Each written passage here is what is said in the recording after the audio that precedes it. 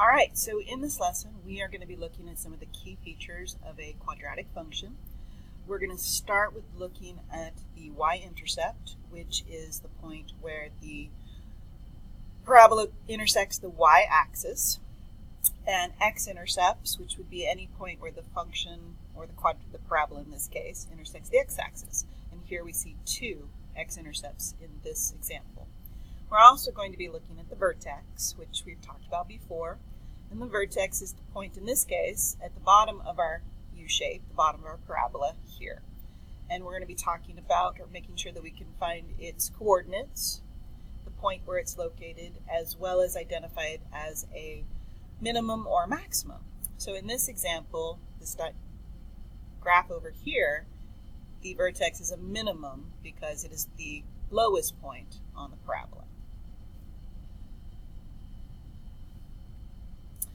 Alright, so looking at these examples. So here, in this first example over here on the left, looking at x-intercepts. And the parentheses around the s, in case you haven't seen that notation before, means that there may be more than one, but not necessarily. So in this case, here's our x-axis, and what we notice is that the parabola is down here, and its end behavior is heading downward towards negative infinity. And so there's no way that it is going to be able to intersect the x-axis. So in this case, there are none. The y-intercept is the point, remember, where the function intersects the y-axis. So here is our y-axis, and here we find the parabola intersecting the y-axis. So remember, the negative 2 would be the y-coordinate, 0 would be the x, so that would be the point 0, negative 2. The vertex, in this case, would be the point here at the top of our parabola, where basically we say where it changes direction or where it changes concavity. Also changes from increasing to decreasing is another way to look at it. And so we want the coordinates of the vertex, which would be 1, negative 1. And then we also need to make sure that we identify it as a maximum or a minimum. And so looking at the vertex here, whether it's a maximum or minimum, because it's at the top, it's the highest point on this parabola, it is a maximum.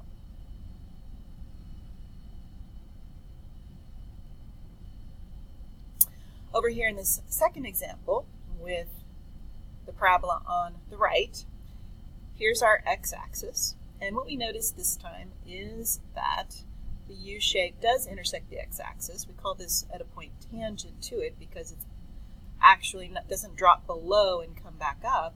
It touches the x-axis and immediately turns around and heads back up. And so it has this x-intercept here at negative 3, 0. And then y-intercept. So we find that the parabola intersects the y-axis, this being our y-axis. Here, and looking at our scale, this is 5 and this is 10. So we're counting by ones in between, 6, 7, 8. So this is 0, 9 is our y-intercept. And then the vertex. Well, looking at our vertex, going back to where the U-shape, in this case, turns around. So we see here, this is actually, the x-intercept is also where the vertex is located. And so, for our vertex, we will also give the point negative 3, 0. And in this case, because the vertex is at the bottom of the parabola, its lowest point, we call that a minimum.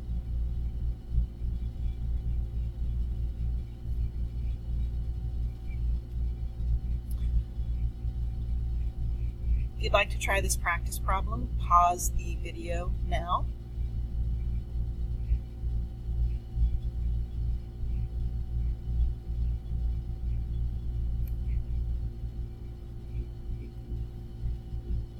And for this practice problem, pause the video now.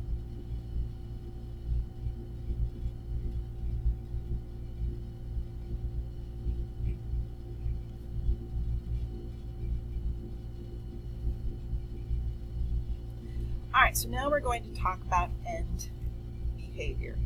So end behavior is a description that describes both the direction that x values for the function are going, whether they're increasing towards positive infinity or they are decreasing towards negative infinity. So looking at our x-axis, which is here, all the way to the right, we'd be looking at x going to positive infinity. And looking at x values heading all the way to the left, we'd be looking at x going to negative infinity. So this end right here, this is where x is going to negative infinity. And this end right here, this is looking at where x goes to positive infinity. When we're looking at y, we're looking at as if function values are getting larger, they're heading upwards. We say the y values are going to positive infinity, or f of x being our y. And heading down towards this for y values, we'd be looking at y going to negative infinity. So it's understood that there would be little arrows on the ends of each of these ends to indicate that they continue in that particular direction. And so they are heading up, which means that they're getting larger. The y values are getting larger and larger. So we're looking at the y values, or f of x values, on both ends going to positive infinity. Looking at this sample down here, again, here's our x-axis. So here we're looking at x going to positive infinity, which would be this end right here. And as x moves to the left, we look at x going to negative infinity, which would be this end over here. And then we also describe the corresponding y values, or function values, f of x in this case. And here's our y-axis. So again, if our y values are increasing upwards indefinitely, we say that they're going to positive infinity. If our y values are decreasing indefinitely, then we say that they're going to negative infinity. And so in this case, these ends would indicate their arrows again heading all the way down. And so we say that, well, we can see that the y values will be heading downwards, so they're going towards negative infinity. And they're doing so on both ends. So both ends, the function values, f of x or y values, are going to negative infinity. All right, let's take a look at an example.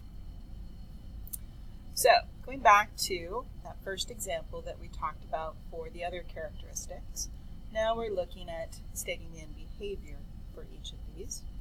So, we're looking at our ends. So here are ends. We have a left end and a right end. Here's our x-axis, which would be, as it heads all the way to the right, would be going to positive infinity. As it heads all the way to the left, would be going to negative infinity. So each end, the left end always corresponds to x going to negative infinity, and the right end always corresponds to x going to positive infinity. So I'm going to number this 1 and this 2. And I would recommend you do the same in your notes.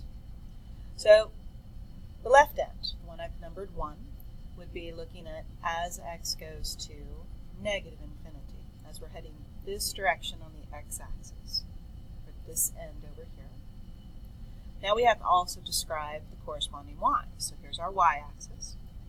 Anytime the function values increase indefinitely, they're going to positive infinity. Anytime they're decreasing indefinitely, they're heading to negative infinity.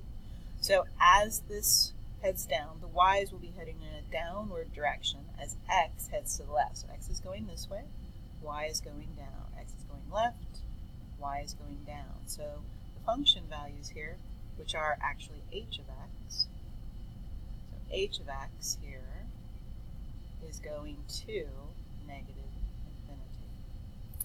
For the right end, the one I've numbered 2, now we're looking at as the function moves right, it also moves down. So as moving right, that would be as x goes to positive infinity.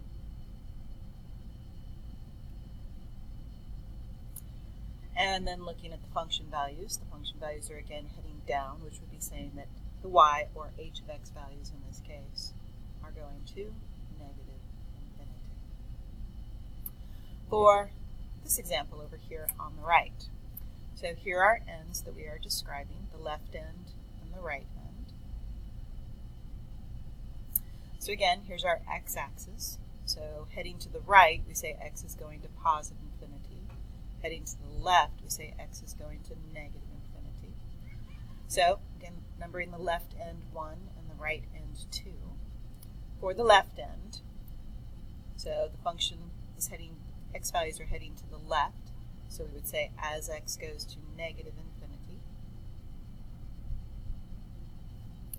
And so now we need to describe what the function values, or k of x values, are doing. So this is our y-axis here. So again, if the y values are heading upward, if they're increasing without bound, we say that y is going to positive infinity. The y values are heading all the way down, and we said without bound, then we say that y's are going to negative infinity. So in this case, we can see that the function, as it heads to the left for x, is also heading upwards, which is a y direction, so y's are increasing. So our y's, or k of x values in this case, are going to positive infinity. And then for the right end, so now we're looking at as x moves to the right, which means x's are going to positive infinity. So as x goes to positive infinity, the function values are k of x values. So again, the right end, as it moves right, is also moving upwards. So again, y's are increasing without bound. So y's are again going to positive infinity. So k of x values, or y values, go to positive infinity. All right, so we're going to take a look at those practice problems now for end behavior. So pause the video here so you can do this practice problem. That would be the end behavior for this, although it should say, I would say d of x, given that function is named d of x. It should be there.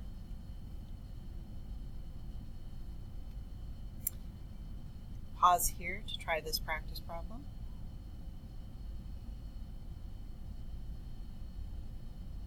So this would be the end behavior, except again, it should be written, since the function is called b of x, this should be b of x. And now we're going to put everything together. So pause here if you'd like to try all of the key characteristics for this practice problem. So our x-intercepts would be at negative 2, 0, and 0, 0.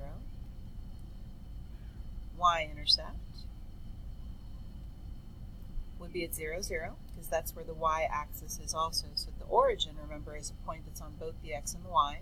So it's both an x-intercept and a y-intercept in this case. Vertex.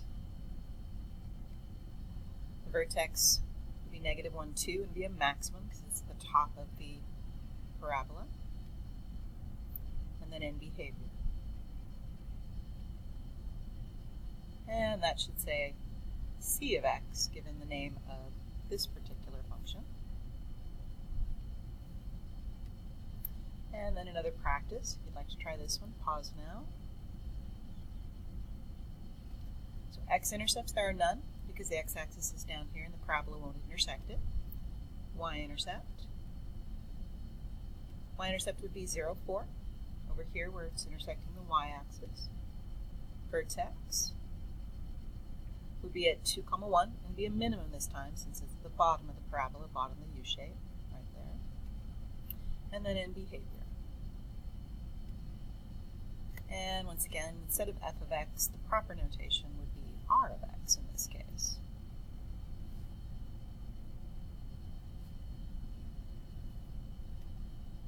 And one more. Pause here. X-intercept would be negative 3, 0, which is right here, where it's arcing up, touching its tangent to the x-axis at that point, and then turns around and heads down. Y-intercept would be 0, negative 1, over here where it intersects the y-axis. Vertex is also the same as the x-intercept, and in this case it's a maximum because it's at the top of the parabola. And then end behavior. Once again, notation-wise, instead of f of x should be v of x to match the function name. All right, here's your closure. Pause here to give the closure a moment to think about it. So Wilma thinks that a parabola will always have an x-intercept. Sketch the graph of a quadratic function that is a counterexample. Counterexample, remember, is something that proves something isn't always true. There would be examples of counterexamples. this ends our lesson.